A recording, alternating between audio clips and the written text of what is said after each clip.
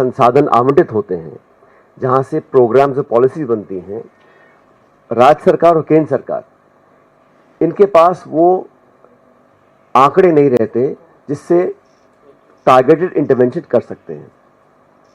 और जाति जनगणना का जो इशू था, इसको कांग्रेस पार्टी ने बहुत बढ़ चढ़ के उठाया। इसीलिए उठाया था कि हम इस बात को जान सकें कि देश के किस कोने में किस समाज के लोग किन हालात में रह रहे हैं, उनकी शैक्षिक सामाजिक क्या परिस्थितियां हैं, क्या वो लोग, समाज का वो तबका सरकार के दी गई नीतियां, बजट, पैसा, सुविधाएं, स्कीम्स, प्रोग्राम्स, क्या वो लाभ उठा पा रहे हैं कि नहीं उठा पा रहे हैं। तो राहुल जी बोलते थे कि हम देश का एक्सरे चाहते हैं। उसका मुख्य उद्देश्य ये था कि हम लोग देश की वास्तविक स्थिति जान सकें, कितने लोगों की कितनी भागीदारी है, किस हालात में वो रह रहे हैं, कहाँ और काम करने की ज़रूरत है, कहाँ में सफलता मिली है और कहाँ हम असफल रहे हैं। ये पूरी जानकारी प्राप्त करने के लिए जाति जनगणना बहुत ज़रूरी थी। और मैं ये बात दोहराना चाहता हूँ कि भाजपा की सरकार आज केंद्र में है। भारतीय जनता पार्टी ने और वर्तमान प्रधानमंत्री जी ने कई बार कहा कि जाति जनगणना की जो मांग कर रहे हैं वो अर्बन नक्सली हैं। इस मांग को सिरे से इन्होंने ठुकराया। इस सरकार ने सदन के अंदर जब सवाल पूछा गया तो लिखित जवाब दिया कि हम लोग ऐसा नहीं करना चाहते, ना करना चाहेंगे। तमाम विरोध के बावजूद जब देश में भाजपा और सरकार को लगा कि अब देश जागरूक हो चुका है और हम जो मांग कर रहे हैं वो ऐसी मांग है जिसको आप बहुत दिन तक वो ठुकरा नहीं सकते हैं, तो अचानक सरकार ने जाति जनगणना को स्वीकार किया और हमारी मांग को माना। लेकिन जो नोटिफिकेशन इशू किया है, पहली बात तो किया है 27 के लिए, 2 साल के बाद कोविड का बहाना लेके कई साल तक सेंसस को डिले किया।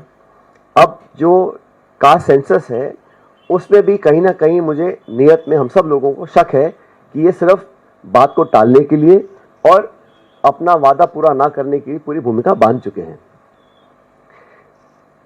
सेंसस भारत में बहुत पहले से हो रहा है और जितने बड़े मुल्क हैं दुनिया में उसमें भारत ऐसा देश है जहां पर बहुत अनुभव, बहुत संसाधन और बहुत समझदारी से इस देश में अलग अलग सरकारों ने सेंसस कराया है। लेकिन आप सरकार की नीयत देखिए, जहां पे 8 से 10 हजार करोड़ रुपया खर्च होता है सेंसस करने के लिए, वहां सरकार ने 570 करोड़ रुपए आवंटित किए हैं बजट में। जिस काम को करने के लिए आप धनराशि आवंटित नहीं कर रहे हो, जिस काम को करने के लिए आपने मौखिक रूप से हाँ बोल दिया है लेकिन उसकी शुरुआत आप 27 में करना चाह रहे हैं, और जहां पर आप कास्ट सेंसस के बारे में पब्लिक में बोल रहे हैं कि हम बात को मान लिए हैं, लेकिन जो औपचारिक ऑफिशियल नोटिफिकेशन है, जो सरकार की कार्रवाई है, उसमें से वो सारा लगभग गायब है। तो हमारी मांग ये है कि सरकार ने बेवजह इतने दिन तक इसको टरकाया, और जब कांग्रेस और राहुल जी और पूरी पार्टी ने कहा कि हमको बहुत जरूरी है और देश में एक जागरूकता आ गई थी कि लोग चाहते थे कि पता पड़े कि कौन कैसे रह रहा है। और मैं दोबारा बोलना चाहता हूं, जाति जनगणना का मतलब यह नहीं है कि हम सिर्फ व्यक्ति की कास्ट जानना चाहते हैं। इसका तात्पर्य यह है कि वो लोग, वो समुदाय देश में किन हालात में आज रह रहे हैं। जब तक हमें वो आंकड़े पता नहीं पड़ेंगे कि कौन कितना पढ़ा लिखा है, सरकारी नौकरी कितनी मिली है, कितना कमाई कर रहे हैं, कितना लाभ उनको मिल रहा है, क्या स्कीम सरकार के वहां पहुंच रही है कि नहीं पहुंच रही है, इस विषय में जो सबसे बेहतरीन काम हुआ है वो तेलंगाना सरकार ने किया है। तेलंगाना सरकार का जो सेंसस है वो बहुत समझदारी से किया गया है, विशेषज्ञों को उसमें ज्वाइन कराया गया है, और सरकार ने किसी अधिकारी ने बैठ के नहीं किया है। उन्होंने एनजीओ से प्राइवेट पार्टिसिपेशन कराया है, टेक्निकल लोगों को जोड़ा और एक बहुत विस्तृत जानकारी प्राप्त करने के लिए सेंसस किया है। सेंसस करने का मतलब यह है कि हमें पता पड़े कि हम आने वाले समय में किस प्रकार का अपना प्रोजेक्ट बनाएंगे, बजट देंगे, स्कीम्स और पॉलिसीज बनाएंगे। तो कांग्रेस पार्टी का बड़ा स्पष्ट मत है कि सिर्फ किसी व्यक्ति की जाति जान लेना एक कॉलम में, वो हमारा उद्देश्य नहीं है। उद्देश्य यह है कि कैसे समाज का वो तबका जो पिछड़ा रहा आर्थिक रूप से, शैक्षिक रूप से, उन लोगों को मुख्य धारा में लाने के लिए हम लोग क्या कर सकते हैं। जब तक आंकड़े नहीं आएंगे, और आंकड़ा पहला पड़ाव है, रियल टेंजिबल वेरीफाइड डेटा हमारे पास आएगा, उसके बाद हम लोग उसमें सुधार कर सकते हैं। लेकिन सरकार की मुझे लगता है कि मंशा ऐसा करने की है नहीं। वो कह रहे हैं क्योंकि सदन के अंदर पहले मना कर चुके थे, और पॉलिटिकली तो जैसा मैंने कहा, जब राहुल जी और कांग्रेस पार्टी ने इस मांग को रखा तो उनको अर्बन नक्सली करार किया गया। तो अचानक इनका मन बदला क्योंकि देश में अब वो अवेयरनेस आ गई थी कि देश के लोग चाहते थे कि हम जाने, और ये जो लोग बोलते थे ये देश को तोड़ने का काम है, इससे जातिवाद बढ़ जाएगा, ये सरासर गलत है। मैं फिर दोहराना चाहता हूं, तेलंगाना सरकार ने जो सेंसस किया है उसका जो ऑब्जेक्टिव है वो सिर्फ किसी की जाति पूछना नहीं है, वो किन हालात में रह रहे हैं, उनके बच्चे क्या पढ़ रहे हैं, क्या वो खाते हैं, कैसे वो रहते हैं, और क्या उनको आगे मदद करने के लिए हम कर सकते हैं। तो मोटा मोटा ये हमारा उद्देश्य है। लेकिन सरकार का जो बजट आवंटन किया है, इंस्टेड ऑफ 10,000 करोड़ 570 करोड़ आवंटित किया है। नोटिफिकेशन में जो कमी आपको मैंने पहले बता दी है, और ये जो डिले कर रहे हैं, कोई वजह नहीं है कि इसको आपने आज अनाउंस किया, और ठीक यही काम उन्होंने किया महिला आरक्षण को लेकर भी। इतना लंबी समय सीमा बांध दी है कि वो कब पूरा होगा कोई जानता नहीं है। तो सरकार सिर्फ ध्यान डाइवर्ट करने के लिए, और इस इशू पे, क्योंकि ये इशू पॉलिटिकल इशू बन चुका था और कांग्रेस और हमारे तमाम जो सहयोगी दल हैं इसकी पुरजोर मांग करते थे, तो कोई ना कोई बहाना डालकर आज उन्होंने इसको स्वीकार किया है। लेकिन मुझे नियत में खोट दिखता है, क्योंकि जो उनको करना चाहिए था तत्काल शुरू करना चाहिए था, पर्याप्त बजट आवंटन करना चाहिए था, और जिस सोच के साथ हम लोगों ने इस मांग को रखा था वो यहाँ से बिल्कुल जुदा है। इसमें कहीं कोई ऐसा आंकड़ा नहीं है, ना कोई ऐसी स्पष्टता है कि जिस उद्देश्य के साथ हमने इस मांग को रखा था उसको पूरा करने की हम कोशिश कर सकें। तो मैं दोबारा दोहराना चाहता हूं अंत में कि ये जो सेंसस की जो राजनीति हो रही है इसको बंद कर सरकार को तुरंत प्रभाव से कार्रवाई करनी चाहिए, और सरकार ने, तो तेलंगाना सरकार ने जो किया है उस मॉडल को अडॉप्ट करें। उसमें सिर्फ सरकार एक सेंसस थोप दे उससे बेहतर होगा एक प्राइवेट पार्टिसिपेशन हो, एक्सपर्ट्स का, साइंटिस्ट का, एनजीओज का, ताकि कोलैबोरेटिव उसमें जो संज्ञान लेकर हम एक सेंसस नया बना सकते हैं। और जो धनराशि आवंटित करी है 570 करोड़, ये बहुत कम है और इसमें हजारों करोड़ रुपए खर्च होते हैं।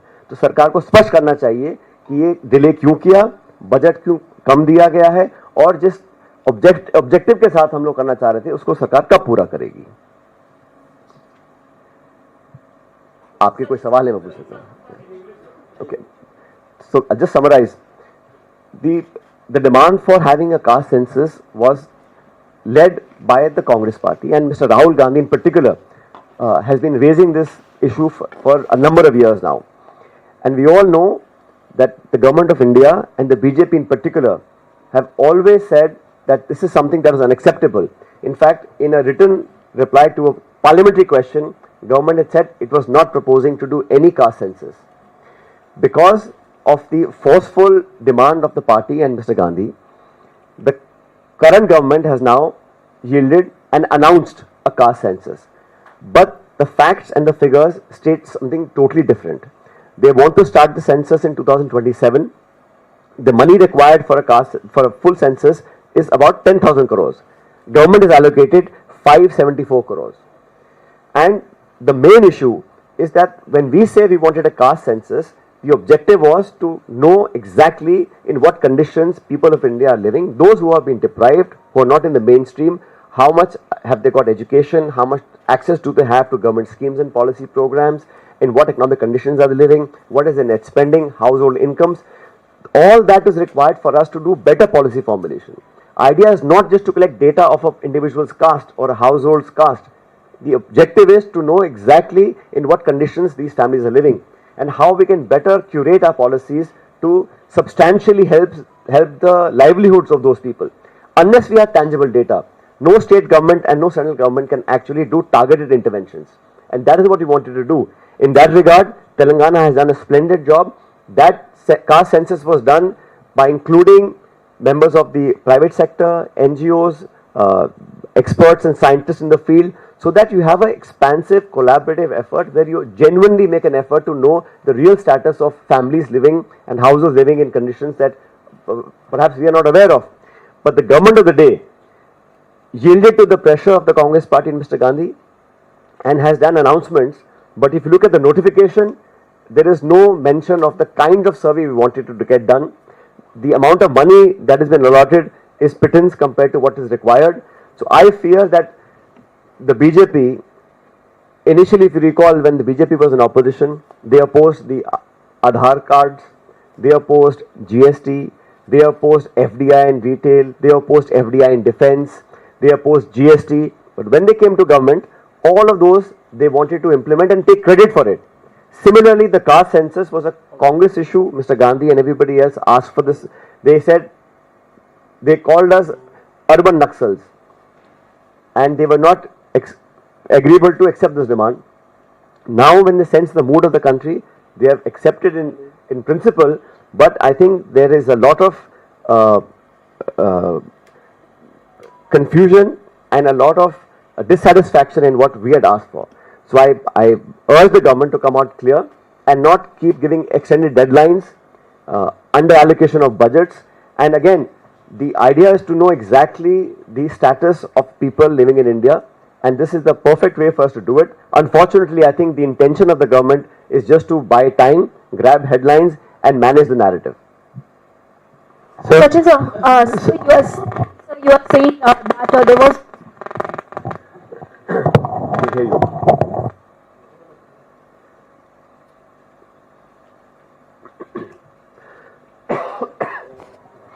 So you were saying that there was no mention of caste in that particular Gazette notification, but soon after that MHA had done a fact check, and they have also stated that earlier also it was being clarified on the part of Home Ministry, and after the meeting of Union Home Minister with the officials, the press statement which was being released, it has been categorically mentioned that caste enumeration will be involved in this census. So the MHA has also said that these are all the misleading claims which are being made on the part of the Congress party. What's your take on it? Well, the amount of money allocated in the current financial year is 574 crores. The actual quantum money required is in thousands of crores. Second, like I mentioned to you earlier, the idea that we have been raising is not just to know the caste of an individual. The idea was to have an expansive, detailed survey of the conditions in which people live, access to education, access to jobs, access to government schemes, and economic situation, social conditions. Those are all things that we need to know to do better policy formulation. The objective of the exercise is not just to get the name and the caste of a person. That I don't think has that much value. Real value is that you understand in what conditions they're living, how much successful the schemes have been so far, are the targeted budgets and policies, programs reaching the ones that we're intending for. So that's what Mr. Gandhi says, X-ray of the country. That is what we require to be done. And it requires not just government efforts, it requires participation from NGOs, experts in the field, so that you have, like I said, Telangana government has done a very extensive survey. That should be the model adopted by the government of India. That's what we're seeking.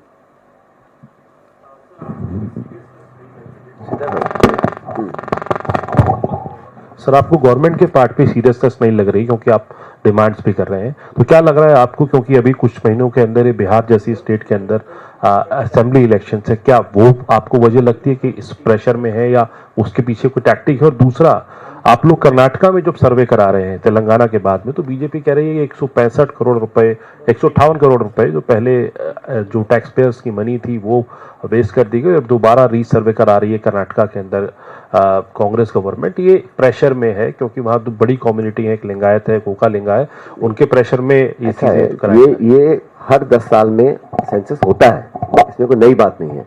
लेकिन इस बार क्योंकि हम चाह रहे थे कि इसमें जनगणना व्यापक हो और सबकी जानकारी स्पष्ट रूप से आ जाए और उसमें जाति भी इंक्लूड करी जाए, क्योंकि मुझे लगा, हमको लगता था कांग्रेस पार्टी में कि जब तक हम वो आंकड़े सामने लेकर नहीं आएंगे, और मुझे नहीं लगता कि किसी एक जाति या एक समाज की बात है, ये पूरे देश का सेंसस हो रहा है।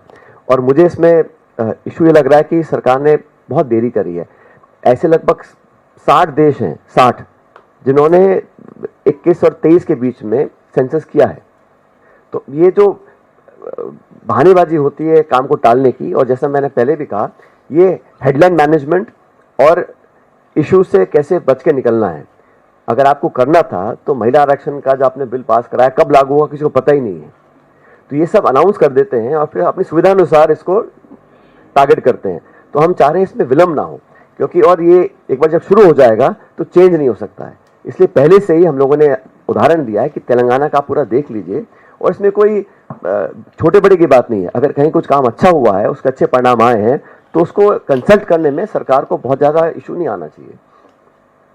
जी मेरा सवाल ये है कि जो आपने इंग्लिश में बोला है जिसका जवाब दिया है, कल गृह मंत्रालय ने इस पर पूरा स्पष्टीकरण देते हुए तारीख भी गिनाई थी, 30 अप्रैल का जिक्र किया, 4 जून का, 15 जून का, और लिंक भी शेयर किए और कहा कि एक भ्रामक प्रचार किया जा रहा है कि इसको लेकर जाति जनगणना का जिक्र नहीं है, बल्कि पहले तो हो चुका है। दूसरा सवाल ये कि क्या तेलंगाना मॉडल के अलावा भी आपका कुछ सुझाव रहेगा या तेलंगाना मॉडल पर ही अब आप जोर देंगे और इसकी मांग पुरजोर तरीके से करेंगे? ये अबाउट टर्न जो है ना, जुलाई 2021 में सरकार ने लोकसभा में कहा, मैं कोट कर रहा हूं, no such decision regarding caste inclusion in census. सितंबर 2021 में सुप्रीम कोर्ट में सरकार ने एफिडेविट दिया और कहा कि कास्ट सेंसस एक्सक्लूड किया जाएगा, सिर्फ SC/ST इंक्लूड किया जाएगा, और एक कॉन्शियस पॉलिसी निर्णय है। सरकार ने सुप्रीम कोर्ट में एफिडेविट दिया 2021 के अंदर। अप्रैल 2024 में प्रधानमंत्री ने खुद कहा कांग्रेस को कि ये अर्बन नक्सलियों की सोच वाले लोग हैं, जिस मांग को रखते हैं, और 30 अप्रैल 25 को आपने अनाउंस कर दिया। तो ये सब जो पूरा घटनाक्रम है पिछले सालों का, इसको देखकर इसमें मैं कहां भ्रम फैला रहा हूं? मैं आपको डेट के साथ कह रहा हूं सरकार ने लोकसभा में क्या कहा, सुप्रीम कोर्ट में क्या कहा, भाषणों में क्या कहा, और अब आपने अनाउंस कर दिया है। तो किस इन बातों को देखकर कैसे भरोसा किया जाए कि इनकी नीयत साफ है? और हम तो कह रहे हैं आप पैसा ढंग से अलॉट कर दीजिए, जो जरूरत है। 10,000 करोड़ रुपए चाहिए, आपने 570 करोड़ रुपए दिए हैं, तो कहां से सेंसस पूरा होगा? और जो हम मांग कर रहे हैं कि हम लोग चाहते हैं कि पूरा व्यापक सर्वे हो, पता पड़े सोशल, एजुकेशनल, पॉलिटिकल, फाइनेंशियल, उनकी क्या सिचुएशन है, कैसे, जब तक उसमें इंक्लूड नहीं करेंगे या उसकी रूपरेखा नहीं बनाएंगे तो आंकड़ा आएगा कैसे? ये सिर्फ खाना पूर्ति के लिए आपने कास्ट का नाम डाल दिया ताकि इशू खत्म हो जाए और आगे निकल जाइएगा। हमारा उद्देश्य ये नहीं, हमारा उद्देश्य नहीं है कि हम किसको श्रेय लें, लेकिन ये बात सच है। इसकी मांग आई कहां से थी? किस भाजपा के नेता ने पहली बार कहा कि कास्ट सेंसस होना चाहिए? हमेशा आप मना करते रहे, आप मजाक उड़ाते रहे, आप कोस रहे थे हम लोगों को। अब एकदम से जो मन परिवर्तित हुआ है तो सोचना पड़ेगा ना, क्यों हुआ है? हुआ है तो सच में हुआ है या ऊपर से कर रहे हैं? क्योंकि जो आंकड़े वो मैच नहीं करते ना। अगर नियत साफ होती तो 1.5 साल क्यों इंतजार करते? 30 अप्रैल को कह रहे हैं कि हम 27 में करेंगे, क्यों? बाकी 60 देशों ने किया है सेंसस, कोविड के बहाने से आपने डिले किया, लेकिन अब क्यों डिले कर रहे हैं? ठीक जो महिला आरक्षण को लेकर उन्होंने जो स्थिति बना रखी है अनिर्णय की, अनाउंस कर दिया, लागू कब होगा पता नहीं, ऐसा क्यों? और जवाब देने को तैयार नहीं है। आप आरटीआई लगा लीजिए, जवाब नहीं आएगा। आप लोकसभा पूछ लीजिए, जवाब नहीं आएगा। हम पूछ रहे हैं तो कह रहे हैं आप भ्रम फैला रहे हैं। इसमें कहां भ्रम फैला है? जो मैंने आज बात रखी है ये कहां भ्रमित करने वाली है? हम सरकार से आग्रह कर रहे हैं कि जो आपने कहा वो कर लीजिएगा, अच्छी तरह कर लीजिएगा। सर मेरा एक सवाल है, क्योंकि अपकमिंग डेज में मॉनसून सेशन भी होने वाला है और प्रीवियस सेशन में आप लोगों ने इस मांग को उठाया, जिसके बाद जो है नोटिफिकेशन जारी की गई है, लेकिन आप लोग पर्टिकुलरली कास्ट सेंसस की बात करें तो अपकमिंग मॉनसून सेशन में क्या कांग्रेस पार्टी इस विषय को संसद के भीतर उठाएगी? हम तो इसको बहुत पहले से उठाते आ रहे हैं, सदन के अंदर भी सदन के बाहर भी। अब क्योंकि सरकार ने हमारी मांग को मान लिया है और जबरदस्त दबाव होगा तभी सरकार मानी है, लेकिन सरकार बहुत जिद्दी है। अगर माना है तो आप समझ लीजिएगा बहुत दबाव होगा तभी माना है, लेकिन माना पूरे मन से आधे मन से यह भी जानकारी हमारे पास नहीं है। हमें लगता है कि कहीं ना कहीं इसमें नियत में कोई भी कमी है, क्योंकि जिस स्पष्टता से जिस तरीके से करना चाहिए था वो किया नहीं है। और निश्चित रूप से हम लोग इस मुद्दे को उठाएंगे पार्लियामेंट के अंदर जब सेशन चालू होगा। सचिन जी, सर इधर, सर लेफ्ट जी। तो अभी आपके पैरेलल बीजेपी दफ्तर में भी एक प्रेस कॉन्फ्रेंस हो रही है और इसी विषय को लेकर के सुधांशु त्रिवेदी ने कांग्रेस पर आरोप लगाया है कि दृष्टि दोष का शिकार है कांग्रेस। और बिहार में जो बीजेपी अलायंस की सरकार है उन्होंने पहले जाति का सर्वे किया, वो उन्होंने कहा है। और साथ ही सवाल ये उठाया है कि काका कालेकर की रिपोर्ट जारी करने का नहीं निर्णय लिया कांग्रेस ने, तो वो आज जाति जनगणना को लेकर सवाल उठा रहे हैं, आप उनको क्या जवाब देंगे? देखिए वो क्या कह रहे हैं मैं ज्यादा नहीं बोलना चाहता हूं, लेकिन इतिहास गवाह है भारतीय जनता पार्टी जातिगत जनगणना के सख्त खिलाफ थी। इसके लिए कोई प्रमाण नहीं चाहिए। जब स्वयं प्रधानमंत्री कहते हैं कि जातिगत जनगणना मांगने वाले लोग अर्बन नक्सली की सोच रखते हैं, इससे बड़ा क्या प्रमाण चाहिए आपको? और भाजपा ने और केंद्र सरकार ने सालों तक इसका मजाक उड़ाया, इसको एक्सेप्ट करने से मना कर दिया। अब अचानक कांग्रेस और राहुल जी की मांग को आप मान रहे हैं तो थोड़ा मन में विश्वास तो पैदा होगा ना कि एकदम से आप मान रहे हैं, घोषणा कर रहे हैं, लागू नहीं कर रहे हैं, नोटिफिकेशन हो रहा है लेकिन पैसा नहीं दे रहे हैं। और मैं फिर दोहराना चाहता हूं, ये संकीर्ण सोच लेके कि सिर्फ हम किसी व्यक्ति की जाति जानना चाहते हैं, ऐसा नहीं है। उसका पूरा बैकग्राउंड, उसका सामाजिक हालात, उसके आर्थिक हालात, उसके शैक्षिक हालात, जब तक वो नहीं सामने आएंगे तब तक कास्ट जान के आप क्या कर लेंगे। तो ये जो भ्रम फैला रहे हैं कि ये समाज को तोड़ने वाली मांग है, इसमें जातिवाद फैल जाएगा, ऐसा नहीं है। सारे आंकड़े आएंगे तब हम कुछ आगे कर सकते हैं। मेरा सिर्फ इतना कहना है कि भारतीय जनता पार्टी आज क्रेडिट, मैंने आपको उदाहरण दिया ना, आधार का, जीएसटी का, इंडो यूएस न्यूक्लियर डील का, जितने भी हमारे पॉलिसीज थे उनको बहुत विरोध करते थे और सरकार में आने के बाद सहर्ष उसका पूरा श्रेय लिया। और ये भी यही इसमें करना चाह रहे हैं, कोई दिक्कत नहीं, आपने मांग को माना, बहुत धन्यवाद आपका। लेकिन भ्रमित कर सिर्फ खाना पूर्ति कर पूरा करेंगे तो वो सही नहीं होगा। इस पर तथ्यात्मक कार्रवाई करनी चाहिए, आंकड़ों के साथ आगे बढ़ना चाहिए, पर्याप्त बजट देना चाहिए और स्पष्ट करना चाहिए कि जो मांग हमने रखी है एक पूरा विस्तृत सामाजिक सर्वे हो ताकि आंकड़े सामने आए। सिर्फ एक कॉलम में जाति लिख लेने से मैं नहीं समझता हूं कि हमारा जो उद्देश्य पूरा हो सकता है। सचिन जी, क्योंकि बिहार में विधानसभा का चुनाव है, कास्ट सेंसस का मुद्दा कांग्रेस पार्टी ने बड़े जोर शोर से उठाया, आपको लगता है कि क्योंकि सरकार ने ये ऐलान कर दिया है तो ये मुद्दा कहीं ना कहीं छीन लिया कांग्रेस पार्टी से सरकार ने, और क्या महागठबंधन को इसका नुकसान हो सकता है या कैसे आप देखते हैं? ऐसा जनता सब जान रही है, देश का प्रत्येक नागरिक भी जानता है कि इस मांग को किसने उठाया था और किसके दबाव में केंद्र सरकार झुकी है और क्यों इस मांग को मान लिया गया है। तो मैं नहीं समझता हूं इसमें कोई श्रेय लेने का किसी को हो रहा है, क्योंकि सब जान रहे हैं, ऐसा नहीं कि कोई जानता नहीं है। और मैं देखा पिछले कुछ सालों में जो स्टेटमेंट्स भाजपा के नेताओं ने दिए हैं, स्वयं प्रधानमंत्री जी ने दिए हैं, वो साफ दिखलाता है कि इनका क्या मन था और अचानक जो हृदय परिवर्तन हुआ है वो किन कारणों से हुआ है। वो सिर्फ और सिर्फ कांग्रेस का दबाव, राहुल जी की तमाम यात्राएं, उनके भाषण और उनका संकल्प सदन के अंदर सदन के बाहर कि हम करवाएंगे, उस दबाव में सरकार ने इसको एक्सेप्ट किया है। लेकिन आधे मन से, मैं आप साफ कहना चाहता हूं कि आधे मन से किया है, सिर्फ खाना पूर्ति कर रहे हैं और जिस उद्देश्य के साथ हमने इस मांग को रखा था उसको पूरा नहीं करना चाहते।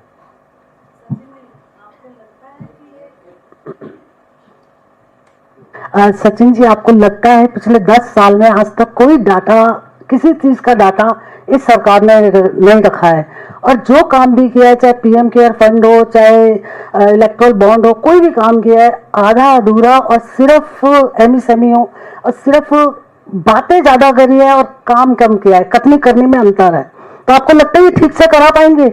बजट भी इनका ठीक नहीं है। जो आपने सारे कारण गिनाए हैं मैम, उन्हीं कारणों के बाद हमें लगता है कि इन पे जो एक ओवरसाइट होती है वो रखना बहुत जरूरी है। और ये बात सच है कि सरकार ने तमाम जो संस्थाएं हैं, एनएसएसओ है, बाकी संस्थाएं हैं, काफी आंकड़ों में कंजूसी करते हैं और पारदर्शिता से जो आंकड़े सामने आने चाहिए उसमें कहीं ना कहीं विश्वसनीयता जो है वो कम हो रही है। और ये मैं विपक्ष में इसलिए नहीं कह रहा हूं, जनता देश विदेश में समझ रही है कि जो आंकड़े हैं उसकी गुणवत्ता, उसकी विश्वसनीयता पर संदेह लोगों को हो रहा है। इसलिए बहुत जरूरी है कि हम लोग सतर्क रहें और हकीकत सामने लेकर आएं। और सिर्फ आलोचना करने के लिए विपक्ष में नहीं है, हम जो सकारात्मक सुझाव दे रहे हैं सरकार को बड़ा मन रखकर उनको एक्सेप्ट करना चाहिए। और जैसा मैंने कहा, कई बार हमने मांग रखी थी, आप पार्लियामेंट सेशन बुला लीजिएगा, ऑल पार्टी मीटिंग होती है, पीएम उसमें आते नहीं है, सेशन आप बुला नहीं रहे हैं जिस मुद्दे को लेकर हमने कहा था। तो ये और आंकड़ों का जो खेल है पिछले कुछ सालों में जो ट्रांसपेरेंटली होना चाहिए भारत सरकार के माध्यम से वो नहीं हो रहा है। और जब तक आंकड़े सामने नहीं आते हैं आप कोई भी ना तो कंस्ट्रक्टिव क्रिटिसिज्म कर सकते हैं, ना आप पॉलिसी इंटरवेंशन कर सकते हैं, ना आप विश्लेषण कर सकते हैं। तो ये सरकार ने समझ लिया है कि जितने कम आंकड़े दो उतनी कम आलोचना हमारी होगी।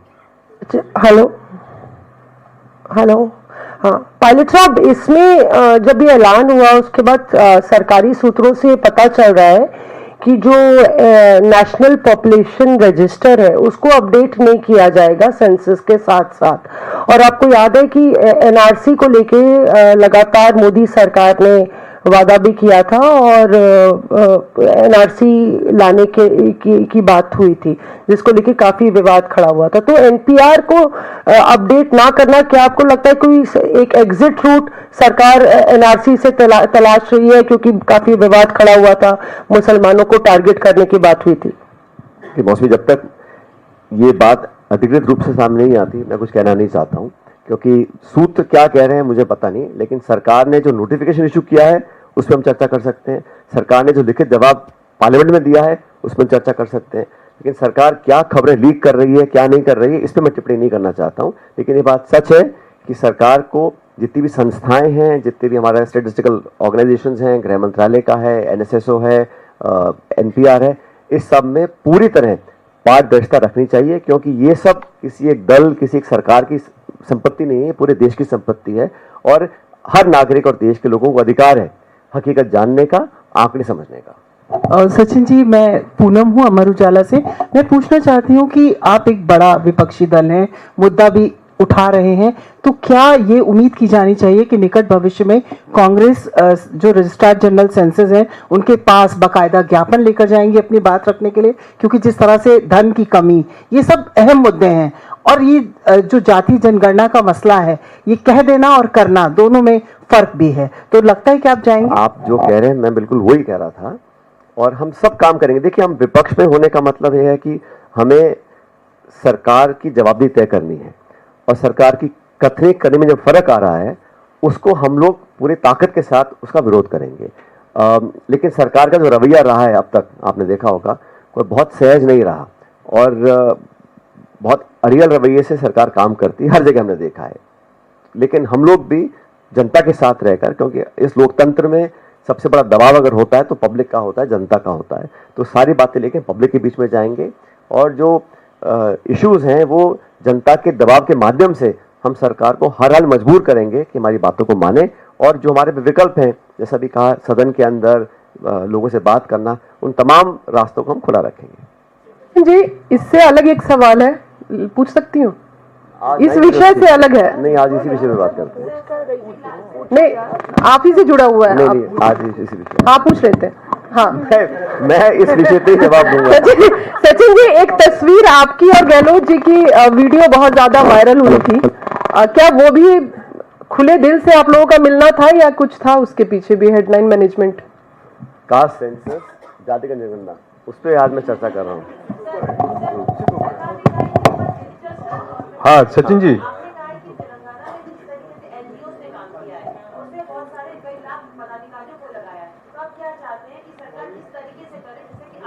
देखिए, सरकार जो भी तरीका अडॉप्ट करे, कंसल्टेटिव हो, लोगों के सुझाव लिए जाएं, और जो अगर बेस्ट प्रैक्टिसेस हमारे सामने आ रही हैं तो उसमें कुछ सुझाव लेने में कोई किसी को आपत्ति नहीं आनी चाहिए। क्योंकि अब आईटी इनेबल्ड सर्विसेज से अगर हम मदद लेंगे तो कम समय और कम लगेगा, पहले समय ज़्यादा लगता था, लेकिन ये डेटा वेरीफाइबल हो, ऑथेंटिक हो, टेंजिबल हो, और उपयोग में लाने लायक हो।